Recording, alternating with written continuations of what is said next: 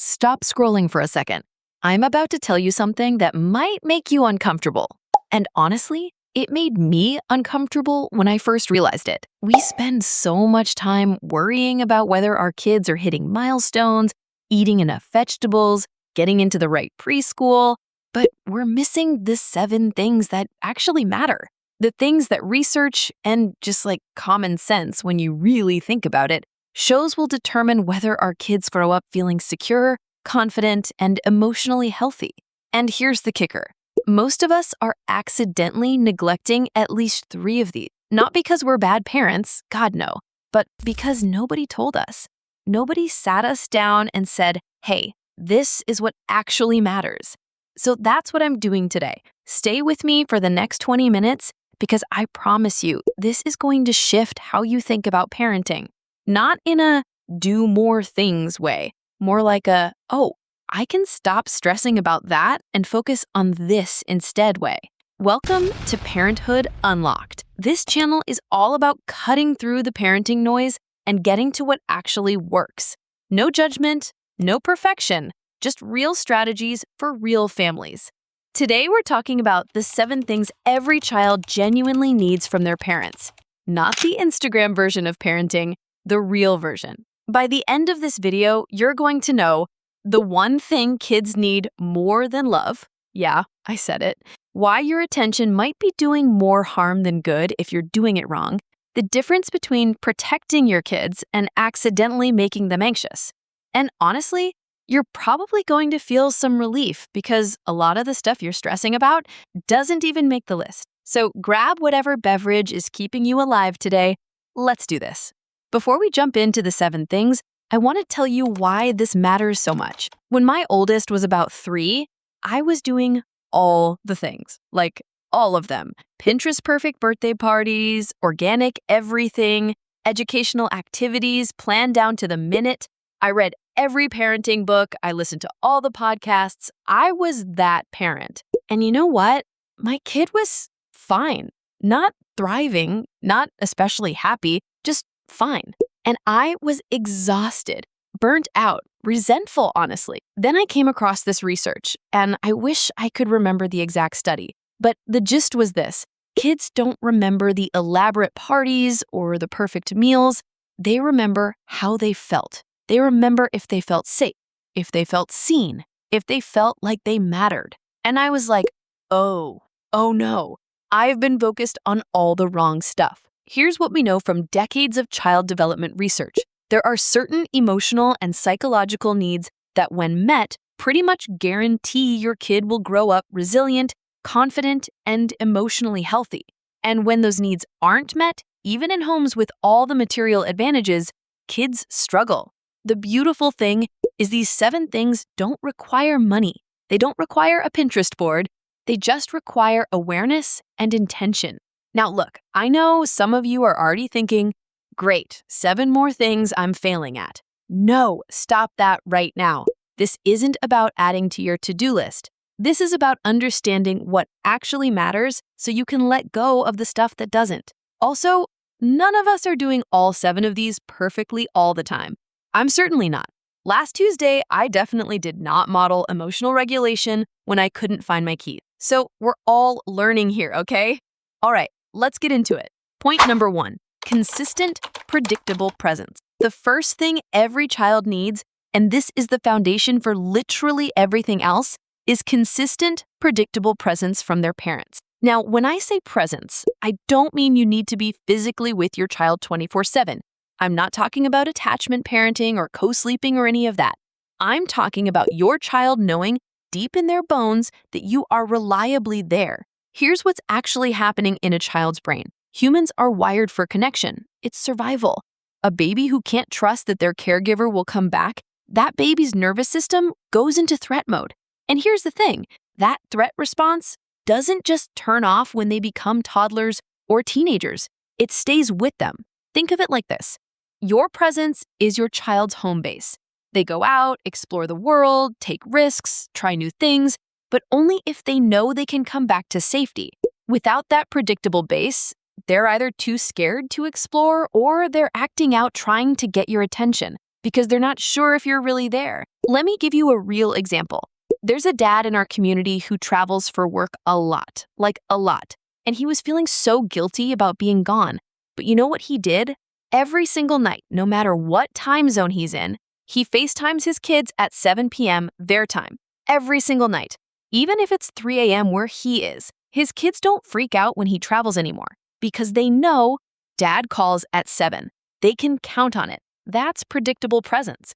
It's not about quantity of time. It's about reliability. Now, here's where a lot of parents mess up. They think presence means hovering. Nope. You can be in the same room and be completely absent if you're on your phone, checked out, not really engaged. Your child can feel that. So here's what you can try today. Pick one time each day, maybe breakfast, maybe bedtime, where you are fully present. Phone away, eye contact, really listening. That's it. Start there. Point number 2, unconditional love, not unconditional approval. The second thing kids need is to know they are loved unconditionally. But, and this is huge, unconditional love does not mean unconditional approval of behavior. Here's what's actually happening. Children are constantly testing one question. Am I lovable, even when I mess up? And how we respond to their mistakes, their bad behavior, their worst moments, that's what teaches them the answer. A lot of parents think, if I let bad behavior slide, I'm being too permissive. Or, if I get angry when they act out, they'll think I don't love them. Both wrong. Think of it like this. You can absolutely hate what your child did while still loving who they are. Those are two completely different things. Real example from my own life. My son lied to me about breaking something. Straight to my face, lied. And I was mad. But here's what I said. I love you so much. That will never change. But lying is not okay, and we need to talk about why you felt like you couldn't tell me the truth. See the difference? I addressed the behavior without making him feel like he was bad. Because here's the thing, if kids start believing they're bad, they'll act bad. It becomes a self-fulfilling prophecy. The mistake parents make is saying stuff like, "You're being so bad today," or "Why can't you just be good?" That's attacking their character, not their behavior. Instead, try, "That choice wasn't okay. You're a good kid who made a mistake. Let's figure this out together." Quick action. Next time your kid messes up, take a breath and separate the behavior from the child in your head before you respond. I love you, and that behavior isn't acceptable. Can both be true. Point number 3, opportunities to contribute. Yes, really. Okay, this one surprises people, but stay with me. Every child needs to feel useful. They need to contribute to the family in real, meaningful ways. And I'm not talking about sticker charts for making their bed. I'm talking about actual contribution that matters. Kids as young as 3 are doing real work, not pretend work, real work. They're helping cook actual meals, caring for younger siblings, doing tasks that genuinely help the family survive. And these kids are confident, self-motivated. They don't need constant praise or rewards, because the work itself gives them purpose. Now, here's what's happening in most Western homes. We've removed kids from real contribution. We give them toys that mimic adult tools. We say, "Oh, honey, you're too little," or "That's too dangerous," or we just do it ourselves because it's faster. But when kids don't contribute, they don't develop competence. And without competence, they don't develop confidence. It's that simple. Think about it like this. Imagine going to a job where nobody actually needs what you do. You just show up and people entertain you all day. How would you feel? Probably pretty useless, right? That's what we're accidentally doing to our kids. Real example.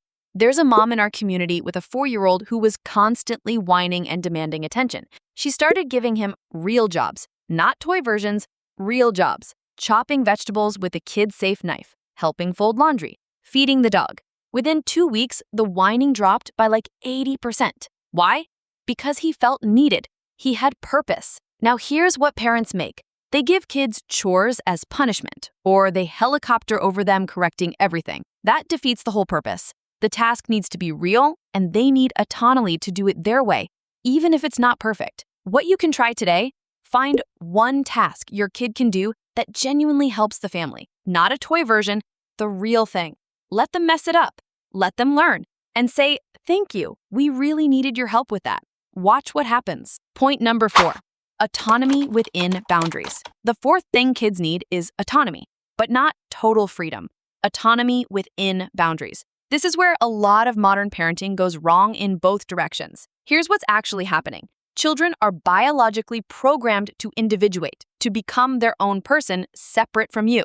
This starts as early as 18 months with toddlers saying no and me do it. And it continues through every developmental stage. When we control too much, we send the message, you can't be trusted. When we control too little, we send the message, I don't care enough to guide you. Both are damaging. Think of it like this. Boundaries are the riverbanks, and autonomy is the water flowing between them. Without the banks, you have a flood and chaos. With banks that are too narrow, the water can't flow properly. You need both. Let me give you a concrete example. My daughter wanted to pick out her own clothes. Every morning was a battle. So I gave her autonomy within boundaries. You can choose any outfit from these 3 options, or you can mix and match from your dresser. But it needs to be weather appropriate. Some mornings she comes out looking like a rainbow threw up on her. Do I care? Nope. She's learning to make choices and live with consequences, like being cold because she insisted shorts were fine in November. Here's the common mistake. Parents either micromanage everything, what they eat, wear, play with, how they do homework, or they go full permissive and let kids make decisions they're not developmentally ready for. The key is matching autonomy to capability. A 3-year-old can choose between 2 snacks. They can't choose their own bedtime. A 10-year-old can choose how to spend their allowance, but they can't choose whether to go to school. Back to hunt-gather-parent. Docliff found that in Mayan families, parents give kids huge amounts of autonomy for tasks, but within a clear framework of family expectations. Kids aren't told, go clean your room. They're shown how the family works and then trusted to do their part. It's not negotiable, but how they do it is up to them. Try this today. Find one area where you're micromanaging and give your child 2 acceptable choices instead. Do you want to brush teeth before or after pajamas? They get autonomy, you keep the boundary. Teeth will be brushed. Point number 5, emotional co-regulation, not just regulation. Number 5, and this is huge, kids need us to co-regulate their emotions with them, not just demand they regulate on their own. Here's what actually happens in a child's brain. The prefrontal cortex, the part that manages emotions and impulse control, isn't fully developed until their mid-20s. They're mid-20s. So when we tell a 3-year-old to calm down or control yourself, we're asking them to use a part of their brain that literally doesn't work yet. Instead, they need to borrow our calm. This is called co-regulation. Your regulated nervous system helps regulate theirs. Think of it like training wheels on a bike. Eventually, they'll ride on their own, but first, they need support. Co-regulation is the training wheels for emotional regulation. Real example, my son had a complete meltdown at the park because another kid took his truck. Full-on screaming, hitting, the works. Old me would have said, stop it right now, use your words. New me, I sat down next to him, matched my breathing to his, fast at first, then slowly breathed deeper and slower. I didn't say anything for like 30 seconds, just breathed with him. His breathing started to slow down to match mine. Then I said quietly, you're really upset. That truck was important to you. That's it.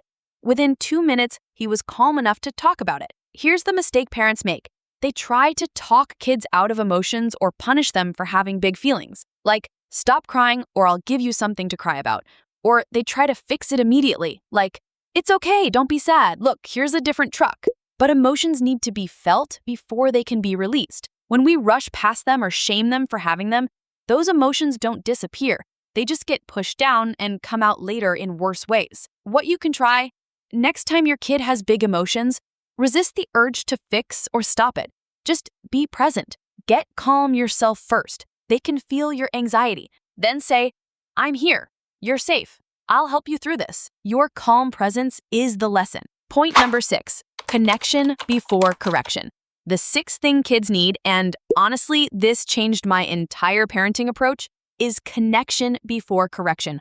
Always. Here's what research shows. When a child's nervous system feels disconnected from their primary caregiver, their brain literally can't access learning or logic. They're in survival mode. So when we jump straight to correcting behavior without reconnecting first, we're wasting our breath. Think of it like trying to download something with no Wi-Fi connection. It just won't work. You need connection first. Let me give you a super practical example. Your kid comes home from school and immediately starts being difficult, arguing, not listening, pushing boundaries. Your instinct is probably to correct, like, hey, we don't talk like that, or go to your room if you're going to act like this. But what if you connected first? Hey, come here. I missed you today. Tell me about your day. Maybe a hug. Maybe just sitting together for 5 minutes. Then address the behavior if you still need to. 9 times out of 10, the behavior corrects itself once connection is restored.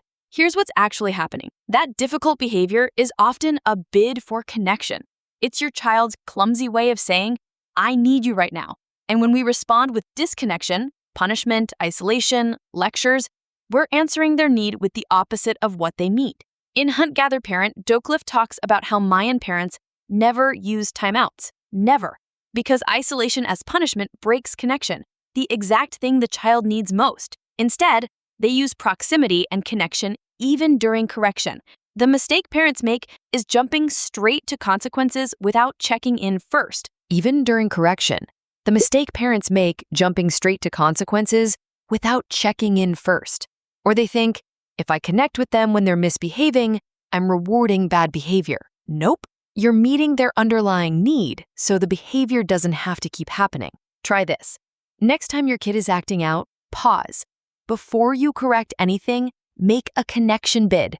Eye contact, physical touch, a genuine, I see you're struggling right now. Watch how it shifts the whole dynamic. Point number 7, to be seen and known, not just loved. The 7th thing, and honestly, this might be the most important one, kids need to be seen and known for who they actually are, not who we want them to be. Here's what happens. From the moment our kids are born, we start projecting. We imagine who they'll be, what they'll love, what they'll achieve. And that's natural, right? But somewhere along the way, a lot of parents stop seeing who their child actually is and only see the gap between reality and their expectations. And kids feel that. They feel when you're disappointed they're not more athletic, more social, more academic, more whatever. And it does damage. Think about it like this. Imagine being in a relationship where your partner is constantly trying to change you into someone else.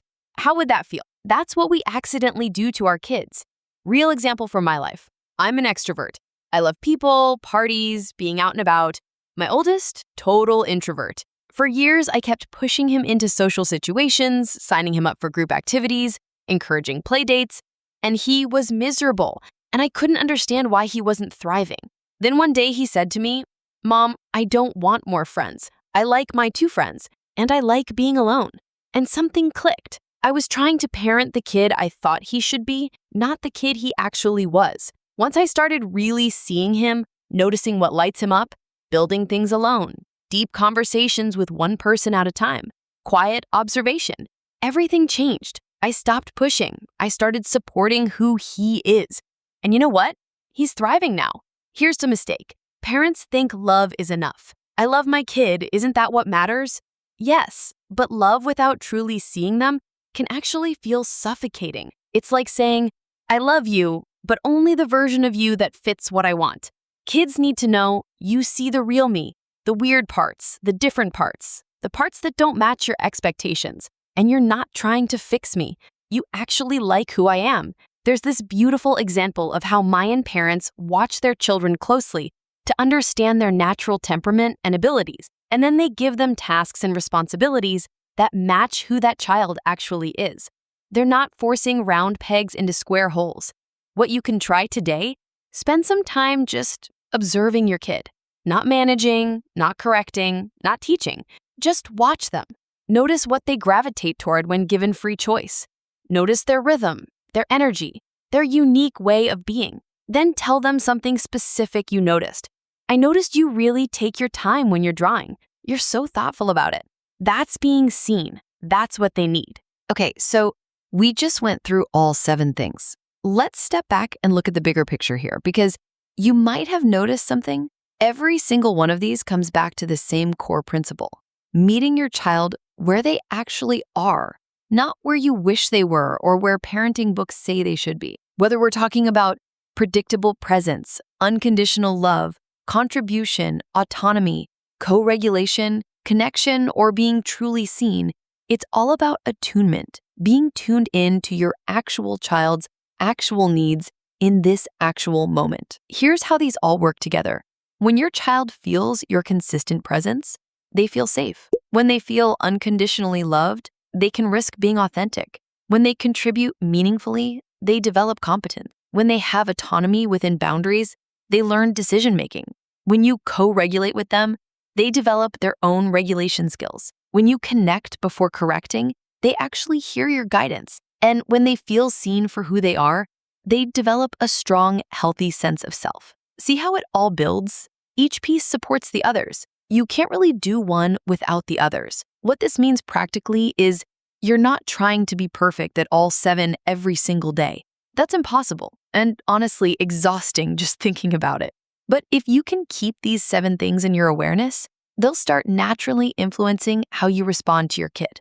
Now, I want to be real with you for a moment. Some days you're going to totally blow it. You're going to be disconnected, impatient, controlling, emotionally dysregulated yourself. You're going to project your own stuff onto your kids. You're going to miss who they're really being because you're tired and stressed and human. And that's okay.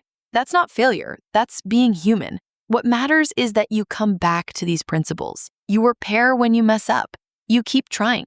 Kids don't need perfect parents. They need present, trying, growth-oriented parents who love them enough to keep showing up even when it's hard. All right, so you might be sitting there thinking, this is great, but I feel overwhelmed. Where do I even start? I'm going to give you a simple action plan. Don't try to implement all 7 at once. You'll just stress yourself out and quit. Here's what to do. Step 1, pick your one thing. Tonight, look at those 7 needs and honestly assess which one you're doing pretty well at and which one needs the most work in your family. Not in someone else's family, yours. Be honest with yourself. Write it down. Step 2, create your daily touch point. Tomorrow, identify one specific time each day where you'll intentionally focus on your chosen need. For example, if it's presence, maybe that's breakfast time. 15 minutes of phone-free, fully present connection. If it's contribution, maybe that's dinner prep where your child has a real job. If it's co-regulation, maybe it's bedtime when emotions tend to run high. Make it specific, make it consistent, make it doable. Step 3, track but gently. For 1 week, just notice. Don't judge yourself. Just notice when you're meeting this need and when you're not. Keep a little note in your phone if it helps. You're building awareness, not beating yourself up. Week 1 goals. Your only goal for week 1 is consistency with your one touch point. That's it. Don't try to be perfect all day. Just nail that one moment each day. Small, consistent changes beat big, ambitious plans that last 3 days. What to expect? Honestly, the first few days might feel awkward or forced. You might not see immediate changes in your kids' behavior. That's completely normal. This isn't a quick fix. It's a relationship shift. Give it a full 2 weeks of consistency before you evaluate whether it's working. Around week 2 or 3, you'll probably start noticing subtle shifts. Maybe your kid seeks you out more. Maybe transitions get easier. Maybe there's just less tension in general. Trust the process. If you find yourself forgetting or skipping your touch point, it's probably not realistic for your schedule. That's okay. Adjust it. The goal isn't to add more stress to your life. It's to be more intentional with the time you already have.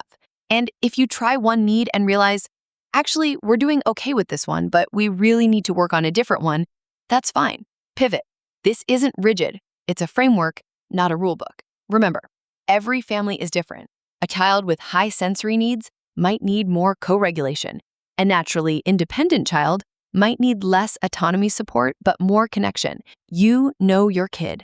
Trust your gut and adapt these to fit your family. All right, now I want to hear from you. Which of these 7 needs hit you the hardest? Like, which one made you go, oh no, we need to work on that?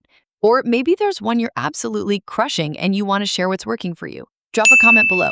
I read every single one, and honestly, the real gold in this community is you guys helping each other out. Your experiences matter, your struggles matter, and when you share them, you help some other parent who's going through the exact same thing feel less alone. And if you're watching this feeling like you're failing at all 7 of these, stop. You're here, you're learning, you're trying. That's literally what good parenting looks like. It's not perfection, it's awareness and effort. We're all figuring this out together. None of us have it all figured out, and anyone who says they do is lying. If this video was helpful, smash that like button. It genuinely helps other parents find this content. And if you're not already subscribed to Parenthood Unlocked, hit subscribe and turn on notifications so you don't miss the next video. Next week, I'm going to be talking about how to handle sibling rivalry without losing your mind, which, if you have more than one kid, you're going to want to watch that one. Thank you so much for being part of this community, for showing up, for trying, for giving a damn about being a better parent even when it's hard. You're doing better than you think you are. I promise. I'll see you next week. Until then, keep unlocking the best version of parenthood for your family, not someone else's Instagram version.